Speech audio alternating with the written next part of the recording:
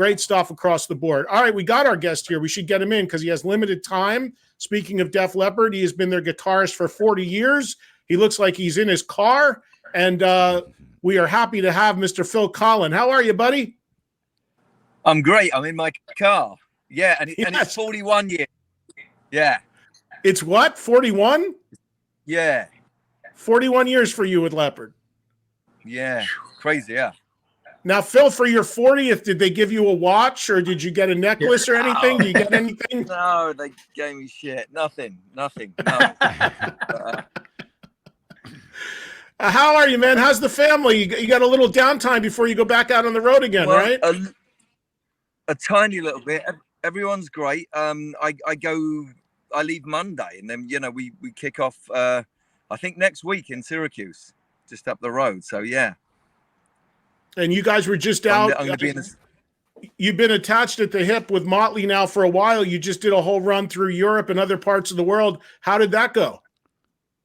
Phenomenal. I love it. Love being with them. Obviously, we've known them, 40 years. I've actually known them, since '83. So, buddies. It's really fun, and we're having the best time. And it's just, no complaints whatsoever. We're loving it, all of us. Hey, Phil, how's it watching John 5 every night playing guitar for Motley? Awesome. I knew John before he joined the band, and he's always been pretty incredible. He respects the songs. He keeps them. He doesn't go too far off the script type thing, and he's such a great player. So he actually adds his own thing to it as well. So you couldn't ask for more, actually. And he's the nicest guy on earth. He's amazing. Yeah, he's a good friend of all of ours. We had him on our old show so much, and he played in the audience so many times. And he's going to come on with us soon as well, because I know he's getting excited about us being back together doing this again. And he's been wanting to come on, and he's got some solo stuff coming up as well. So we'll be having John on soon. He's awesome. We all love him. Yeah, and it sounds like people from both camps, saying what a great experience has been touring together, both Motley and Def Leppard. But since you do switch on and off as headliners, is there a little bit of friendly competition, Phil, between you guys? Yeah, we all want to go on first so we can get away earlier. So that's the competition. So and especially we just played Glasgow. That was the last show, and it was pissing with rain, actually, as it was in Dublin as well. We went on last, and it's kind of miserable when it's a late night and it's like that.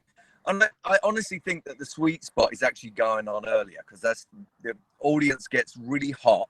We're playing outdoors nearly every show, and so they get hot, they sometimes get drunk, and it's better to go on a little bit earlier. Like even when we was doing the festivals and that, there's a sweet spot, and I think there's an energy of the audience, and it really happens there. Yeah, everyone stays around till the end, but I think that's good. So we've all really preferred that kind of opening spot, to be quite honest. Yeah, I mean, that's the thing. I mean, everybody likes to play at nighttime and be able to utilize the lights and all of that. But yeah, I as everyone gets older and everything, it's like let's get a jump on the traffic and get out of here if we can. But Phil, didn't you guys also do a really small show in I think in Sheffield, right? Didn't you play a club or something? Because you streamed it, if I'm not mistaken. Phil's freezing up on us in his video, we did the obviously. Leg Mill, which is it was closing down. They asked us to You're freezing up on us, your video there, Phil, but we can hear you, so we're seeing you like a cartoon in slow motion in terms of freezing. But hello. Yeah, we can hear you, Phil. Freeze. You know what? Let me stand outside the car. Let me I thought you were driving. I thought he was moving.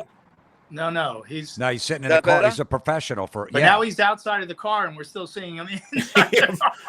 Phil, maybe there we go. Wait, there we go. Now you're outside. We see you outside now. Yeah.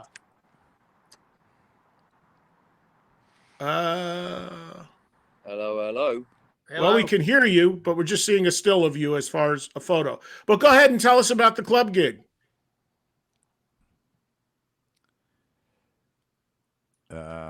Or don't.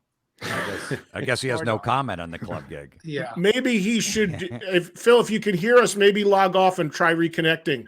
Yeah. Going back onto the link. Maybe there Yeah. you go. Maybe we'll get a better feed on him. Because when he was in his car, he had a better setup than I still do. I think, for sound wise, it's better to just be hanging in the car than outside the car and stuff like that. I do a lot of make calls in the car, especially when I'm So It was that's like what we're doing. It was like stop motion Phil Collen there for a bit. Yeah. Yeah. Don, that was the exact question I was going to ask Phil about headline and going on first, going on second. As comics, we do the same thing. Like, oh, can I go on early so I can get the hell out of there? I'm like, this is perfect. I don't need to pressure a headline, and I mean, I'll do it. But if I can get out early and get on the road an hour and a half before the show ends, fucking get it. Yeah, absolutely. I think that's definitely the case with like when you got like one of those all day festivals, 10, 12 bands or something. I don't think the headlining band, the last band on, I mean, the crowd's burnt out. They've been out there since noon, like Phil was saying, drunk or whatever, burnt out. You want to be on in like second from the top or third from the top. Ideally, most amount of people are in there. They're not fried and you can still get out of there at a reasonable time. I think that's probably better, But then it's also the band. Some of the bands got an ego. I'm only headline, and I don't open for anyone. You got that shit going on. Let's. Joe said the fans have some 6-pack picks, so put them up until we get Phil back on. Jeff's high and dry out through the night. Let it go. More high and dry songs. All high and dry. Yeah. Okay. Boston Red Sox. Armageddon. It. Animal. Rocket. Bringing on the heartbreak. Photograph. Full. All right. More of 3 songs off of Hysteria. Yeah, Ish knows where it's at. Just put down the first 6 songs on High and Dry. All right.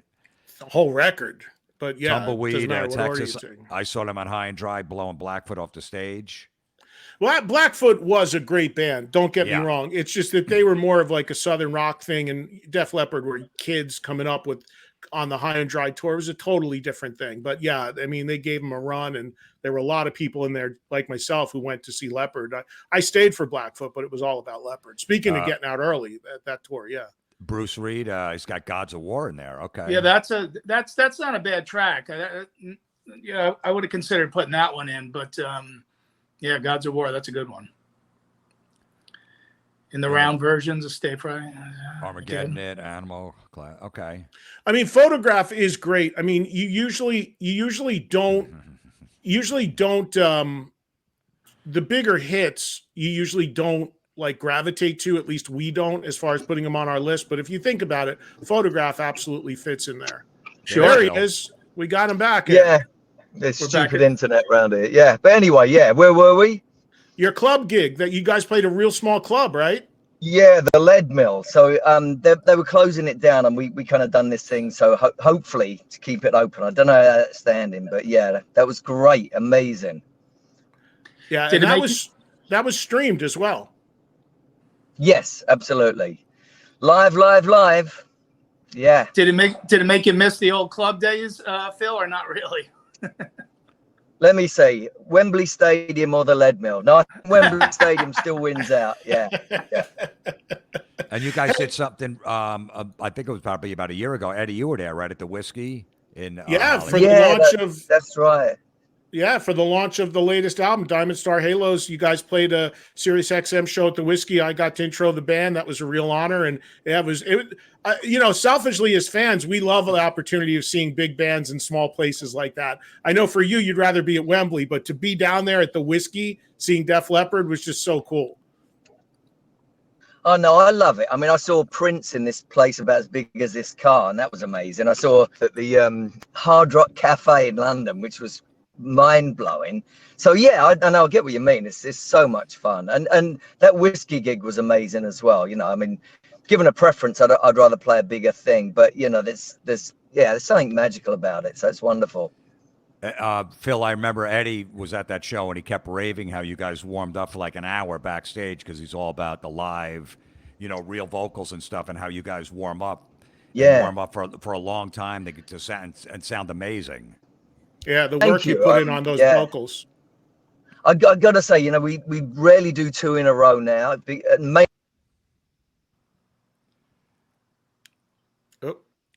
Looks You like pissed him off, Jim. I messed. Yeah. he just No, it's went funny off because we lost you, Phil, again. If you hear us, oh, I there you can there he hear is. you, yeah. Okay, we Yeah. got you back.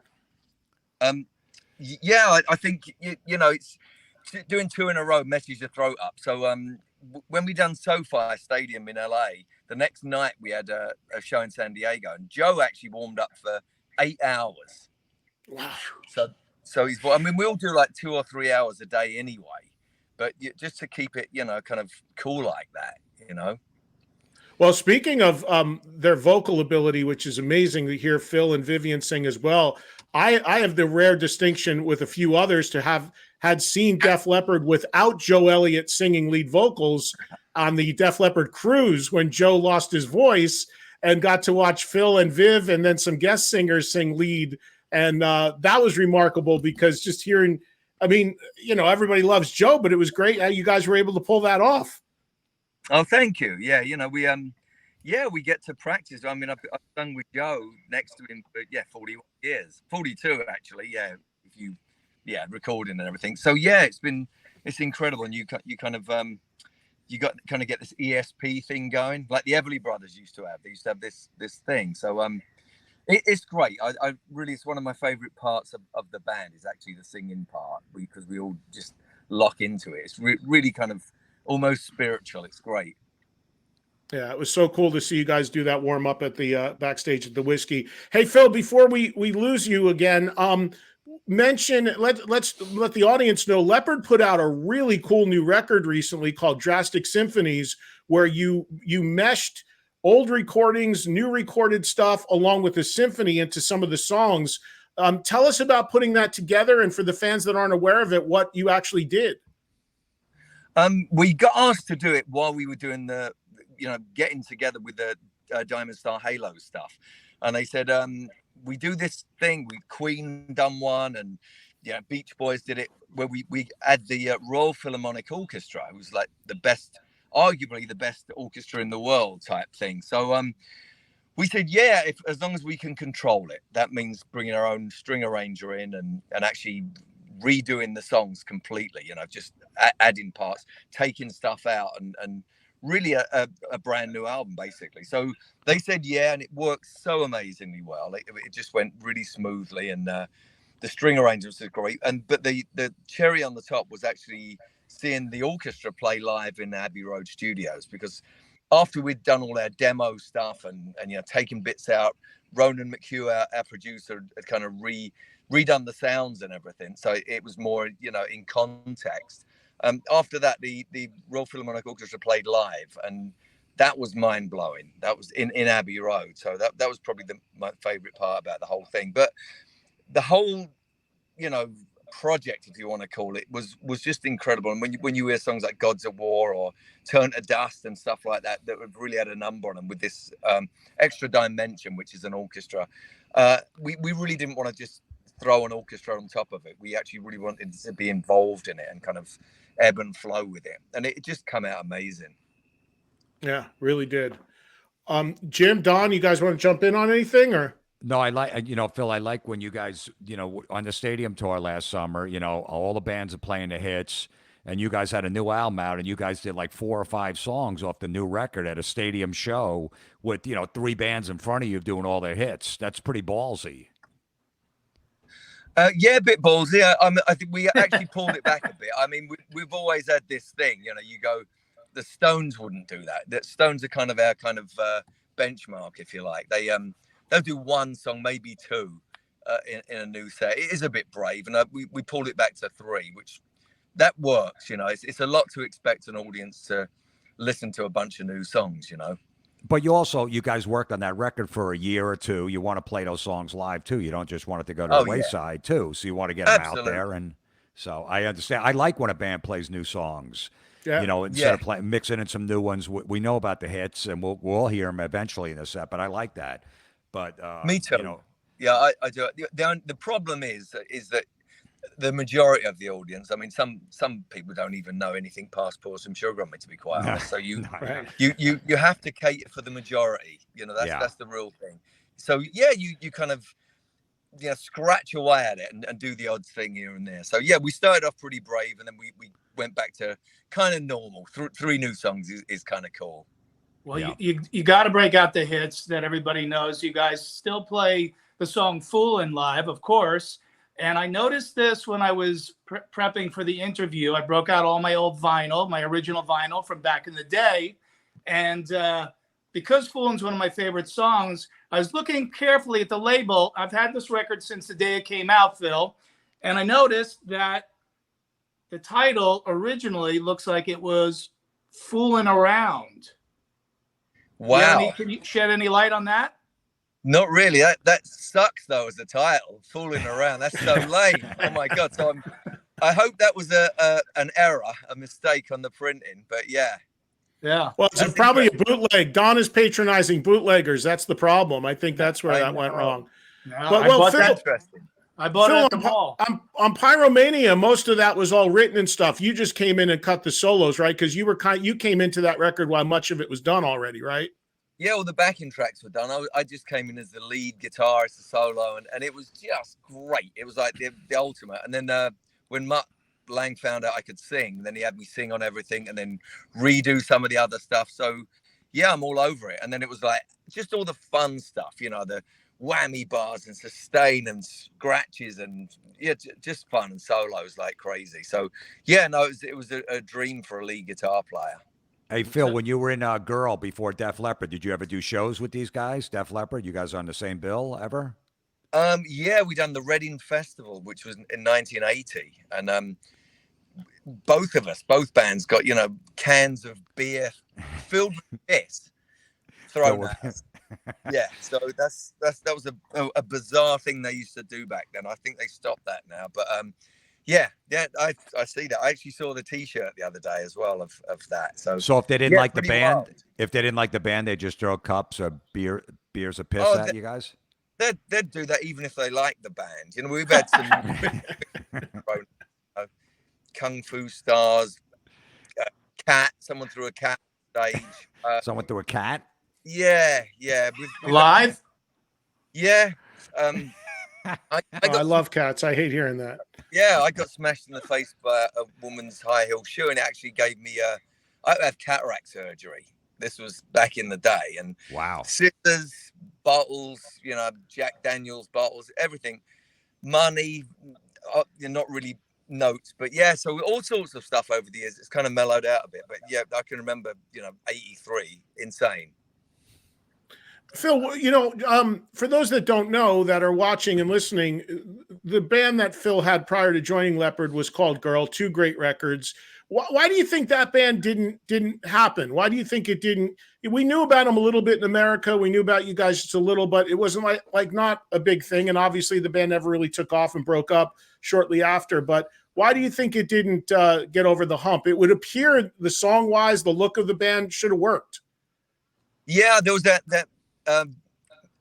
missing ingredient. I think that if we'd have had someone like a Mutt Lang, or even our management at the time, they really pushed that whole thing, and we didn't have that. It was survival stuff. Really, it was Jerry Laffey and Phil Lewis were great at hustling, and it could take it so far. And I think that we needed a grown up in there to help us, and a producer that would come in and go, yeah, don't sing this, and let's change this song like that. Like Mutt Lang was just amazing, and I just loved being around him all the time for songwriting, everything really. So I think that's where we missed out. I think if we had had a kind of a grown up, someone like a Mutt Lang or the management that would have pushed that thing, I think would have been okay.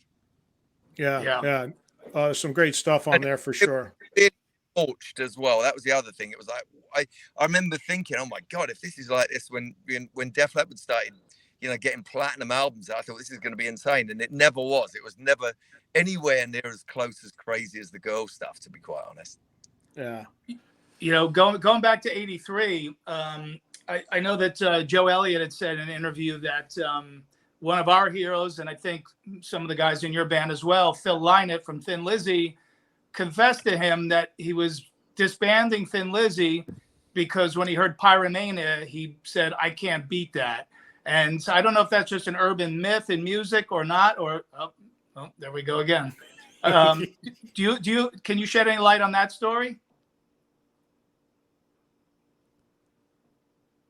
He's shedding light, but we're not hearing it. Yes. Phil, we lost your audio. Light is being shed, and I'll never hear about one of my. You're never going to get that answer, Lizzy. Don. Yeah, that's why. Nobody knows. Nobody knows, but it's somewhere in outer space of the internet.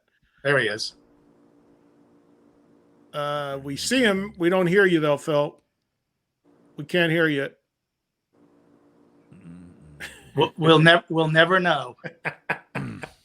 Forever in eternity, Don will try to get the answer to this question. The internet won't allow it. No audio. It's like a torture for Don. Your audio's The one off, thing you Phil, wanted for to some know. reason. We see your face. We see your We lips see you, but moving. we can't hear you, Phil. Blink once if that's true, twice if it's not true. Phil, we can't hear you. Blink once if the Phil Lynott story is true. Oh no! I think he It looks said like it is it was a true. nod. It looked Yeah, like it was almost like, yeah, well, it is true. But Phil, we're going to let you go, buddy. If you can hear us, we don't want to kill you, man. We appreciate the time. We can't hear you, though, and we can only see you. And now we can't see you. So if you can hear us, we know you got to go anyway. Thank you for a few minutes. I'll send you a text, and we'll do it when we get a better connection, hopefully, again. Motley Crue, Leopard with Alice Cooper. How cool is that? I didn't know Alice was on those shows. Hey, thanks for watching that clip. If you liked it, here are a few more you might like. And if you want to support the show, consider hitting the join button and becoming a channel member to unlock exclusive bonus content.